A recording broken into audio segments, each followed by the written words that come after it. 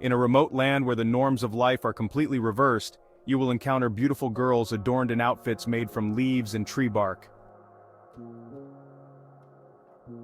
These women take the initiative in choosing their marriage partners and proposing.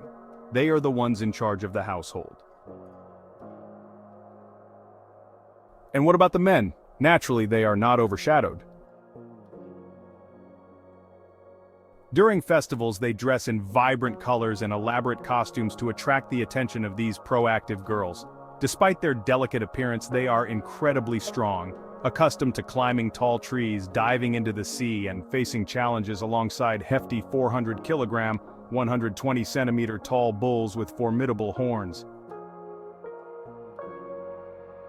The best part of all this?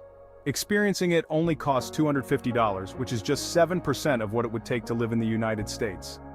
This might just be the place with the lowest cost of living in the world.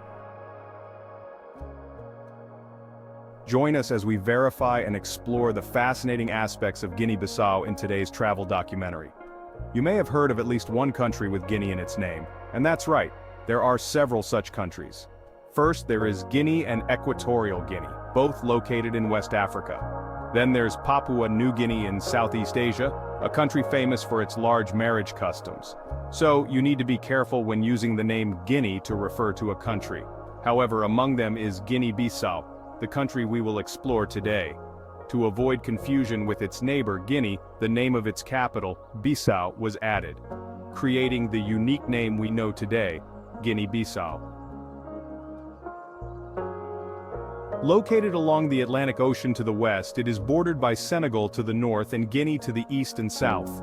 The country boasts a vast network of nearly 90 offshore islands. It is fairly small, covering an area slightly larger than the United States state of Maryland. With this size, Guinea-Bissau is 2.5 times smaller than Belgium.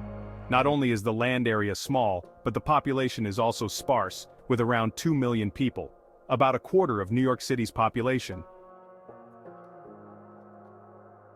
Guinea-Bissau was once a Portuguese colony, so Portuguese remains the official language.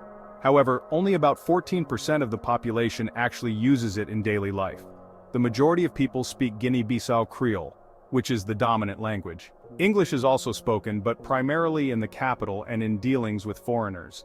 As you move away from the city center, finding English speakers becomes increasingly difficult, so be prepared with some sign language or descriptive gestures to avoid feeling lost when you arrive. One captivating aspect you will notice right away is that women are everywhere in Guinea-Bissau. At a local market, you will see women bustling about, effortlessly handling all transactions. In villages, legal discussions are often led by women who make the final decisions. Attend a ceremony, and you may witness a female priestess performing ancient rituals with deep reverence. One reason for this is the population disparity. There are about 100,000 more women than men. But it's not just about numbers. Guinea-Bissau is a matriarchal society where women hold powerful roles, shaping nearly every aspect of community life.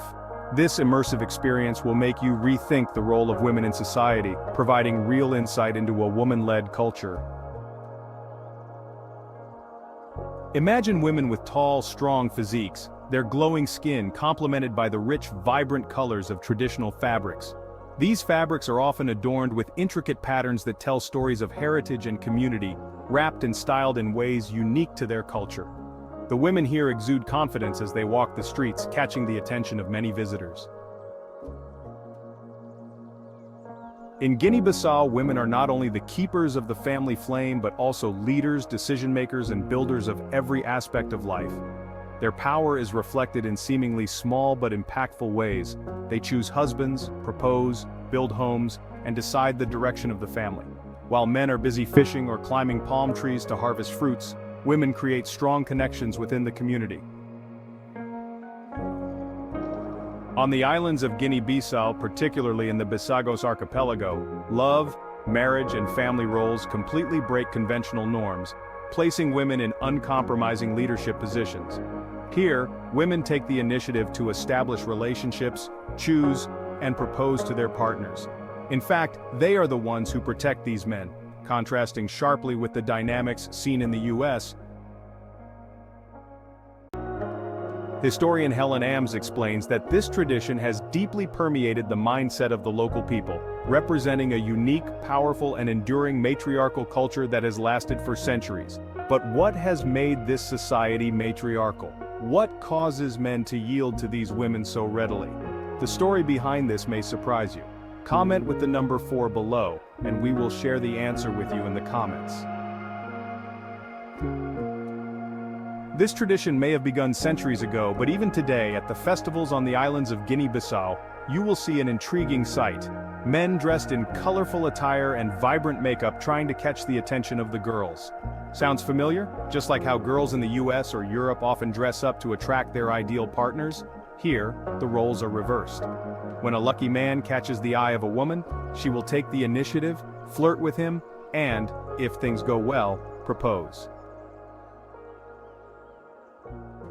This might sound strange in many parts of the world, especially in the United States, a country that prides itself on gender equality, but in Guinea-Bissau, this is the norm.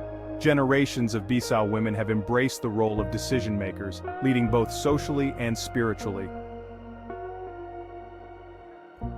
However, the influence of Western culture in recent years has gradually shifted the perspectives of some young people.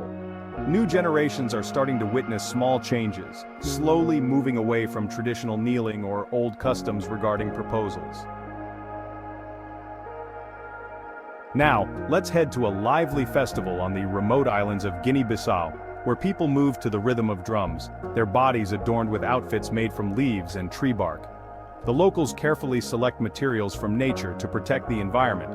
Leaves and bark are arranged, tied, and woven together, often decorated with patterns or accessories made from stones or shells. According to local beliefs, each leaf, each piece of bark, and every intricate detail in these outfits serves as a bridge between the real world and the spiritual realm, guiding them. Not only that, but here you will experience the most authentic traditional music of Guinea-Bissau, known as gumbi. When the powerful beats of the gumbi drums resonate, combined with the captivating sounds of the flute, a traditional flute made from gourds, and the kola, a drum-like instrument, you will immediately feel the spirit of Guinea-Bissau. Traditionally, men immerse themselves in drumming while women join in the seductive dances, their movements becoming a part of the music, both powerful and free. Wherever you go in Guinea-Bissau, the essence of its matriarchal society is undeniable, shaping its traditions, relationships, and everyday life. In Guinea-Bissau, you can feel relatively safe, so you won't have to worry. According to the World Bank, there is only one unfortunate incident for every 100,000 tourists. In comparison, the rate in the US is 20 out of 100,000, and in Mexico, it's 35 out of 100,000. Unfortunate events in Guinea-Bissau are mostly minor incidents, often occurring when opportunities arise, such as pickpocketing or items left unattended. Occasionally, a local official may subtly hint at a small tip to expedite a process. What truly sets Guinea-Bissau apart is the natural and genuine hospitality of its people. Whether you're passing through local markets or strolling around small coastal villages, you will notice the locals welcoming you with bright smiles and eagerness to help. If you ask for directions, they will likely not only guide you but also accompany you to ensure you reach your destination. They take pleasure in sharing their culture and traditions, and may even invite you to enjoy a family meal featuring local dishes. Life in Guinea-Bissau is a model of sustainable living, based on a deep respect for nature and community resource management. The locals rely on fishing, farming, and foraging to sustain themselves, while protecting the environment for future generations. Fishing plays a vital role in both the economy and food supply, conducted using traditional techniques that have been passed down for generations. Men fish in small, non-motorized wooden boats, using nets and traps designed to avoid overfishing. This helps maintain fish populations and ensures the island's seafood resources remain sustainable.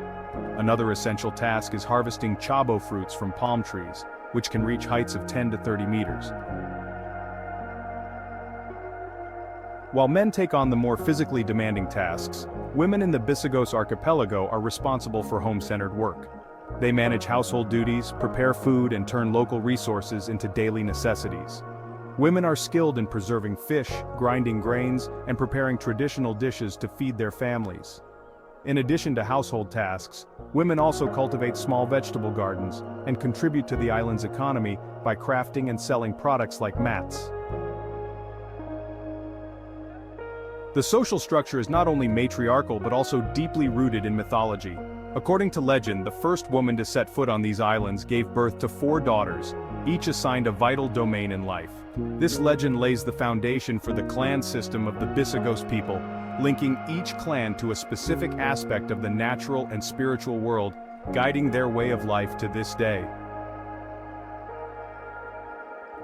For the Bisagos people, the journey from adolescence to adulthood is marked by a challenging ritual called the festival. This month-long festival, held every few years, immerses the youth in the values, skills, and traditions of the community. Participants must complete a series of challenging tasks, each representing the role they will take on in society. Agricultural activities like weeding and planting teach the importance of self-sufficiency and respect for the land. They also undergo physical training, learning self-defense skills to ensure they can protect themselves and others. Throughout this period, elders guide them, passing down customs and knowledge that have been transmitted for generations. Finally, the most challenging test they must overcome is the strong bull ritual. In this test, boys must confront bulls that are about 120 centimeters tall and weigh around 300 to 400 kilograms. If you were in their place, do you think you could pass this coming-of-age ritual, especially with those giant bulls? If you think it sounds simple and you could easily get through it, comment with the number 5. If you find these challenges too difficult and believe you wouldn't make it, comment with the number 7. Surrounded by rich marine and forest resources, the people of the Bisagos Islands have created a unique, flavorful, and rich cuisine. With life closely tied to the sea, they primarily rely on fresh fish and seafood caught daily, such as grouper, snapper, shrimp, and crab, which are staples in their meals. One of the most distinctive dishes is caldo de peixe, a delicious fish soup made with fresh fish, onions, garlic, chili, and local vegetables. This soup has a rich, slightly spicy flavor that reflects the Bisagos culinary style, simple, nutritious, yet incredibly refined. Another beloved dish is arroz de marisco, a seafood rice dish similar to Spanish paella, but infused with the unique flavors of Bisagos. It is made with local rice, shrimp, crab, and squid, seasoned with onions, garlic, and chili, offering a perfect blend of seafood and natural spices.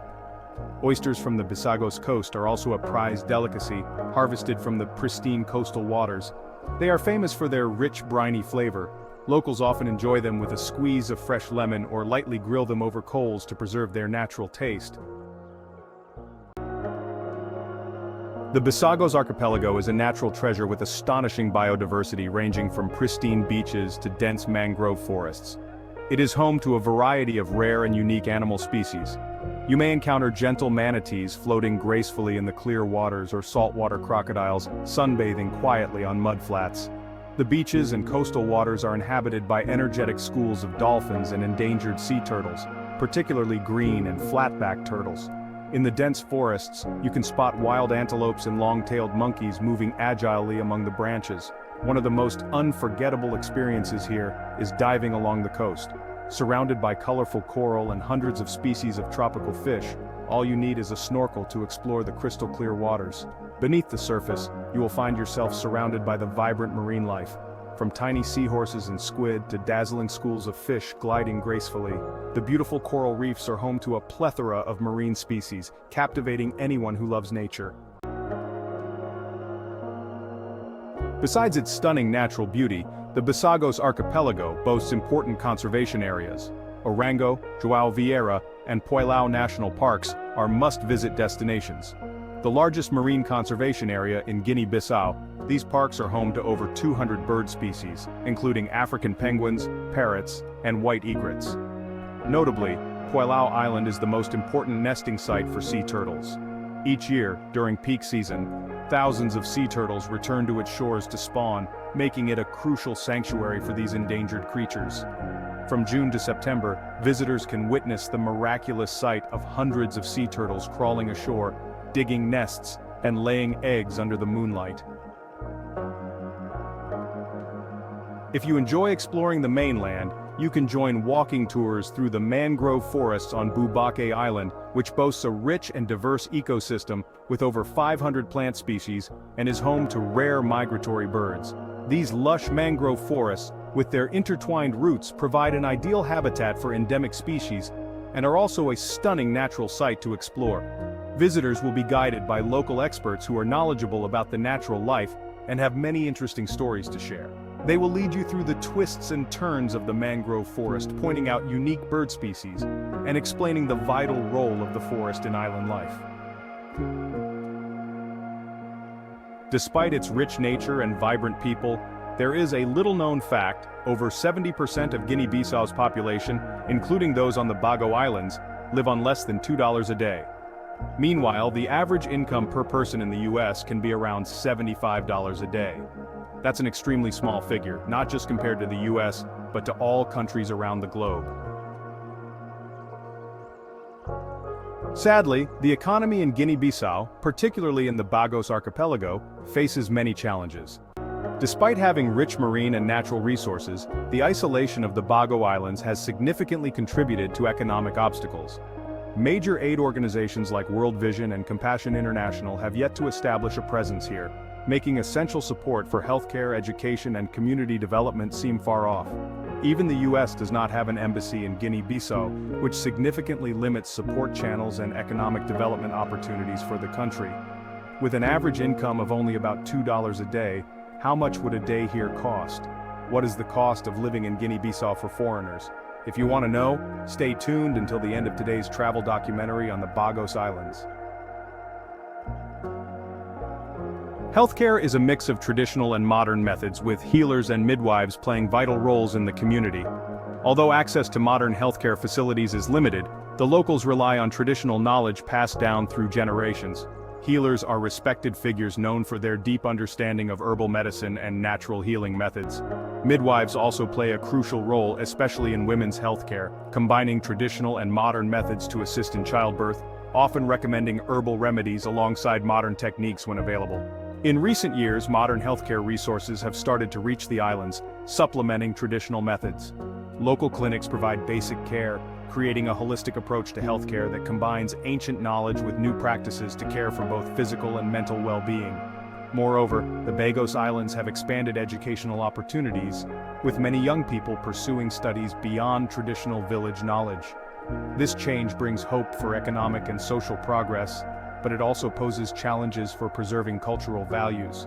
Exposure to global ideas is impacting the islands, particularly among the youth. Old traditions often include rituals marking the transition to adulthood, helping young people integrate into their heritage and community roles. However, with the adoption of new ideas through education, some young people today question the relevance of these rituals, leading to a decline in participation. The cost of living in the Bagos Islands is quite low, averaging around $250 to $400 a month. Rent here ranges from $100 to $150 for a small house or room, depending on the location. Food is also very affordable thanks to the abundant seafood. You can buy fresh fish, shrimp, and crab directly from fishermen, and a basic meal at a local restaurant costs only about $1 to $3. Fruits like mangoes, bananas, and papayas are also very cheap, costing just a few cents each during harvest season. Traveling between the islands is mainly by boat, with ticket prices around $1 to $3 per trip. Renting a private boat can cost between $10 to $20 a day. Basic utilities for a small household cost about $10 to $20 a month if you're on islands with grid electricity. On smaller islands, people often use oil lamps or solar batteries to save costs. Basic healthcare services at local clinics are also affordable. Consultation fees usually range from $2 to $5, and common medications are subsidized, making costs much lower than in other countries. If you want internet connectivity, or to use a mobile phone, the average cost is about $10 to $15 a month. For recreational activities such as participating in local festivals or eco-tours, the average cost ranges from $10 to $30, while private tour guide services can range from $20 to $50. With total costs starting from $250 to $400 a month, the Bagos Islands truly are one of the places with the lowest cost of living in the world. You could live here for an entire month for the equivalent cost of just one night in a hotel in Paris, or a day's expenses in New York, where the average apartment rent exceeds $3,000 a month. The cost of living here is only 7% of what it is in the US. It's hard to believe, but in the Bagos, a day in the US truly becomes a month in paradise for those who want to enjoy life fully without a big budget.